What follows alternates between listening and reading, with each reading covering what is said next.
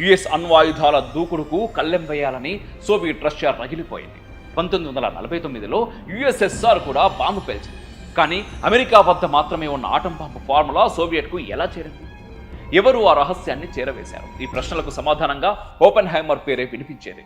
అణ్వాయుధ పందానికి దిగవద్దని American పెద్దలకు హితవు చెప్పినప్పటికీ ఓపెన్హైమర్ దేశద్రోహి మాత్రం కాదు.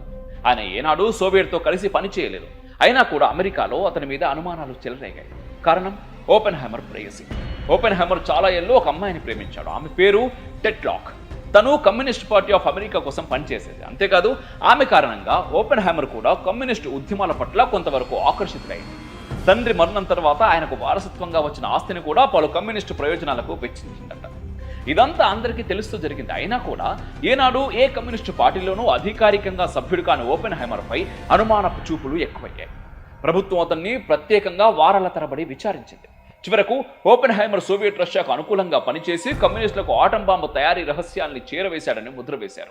అతనికి ఉండే సెక్యూరిటీ క్లియరెన్స్ రద్దు చేయబడింది. సెక్యూరిటీ క్లియరెన్స్ అంటే అమెరికాలోని రహస్య పత్రాలు, సమాచారం అందుబాటులో ఉండటం.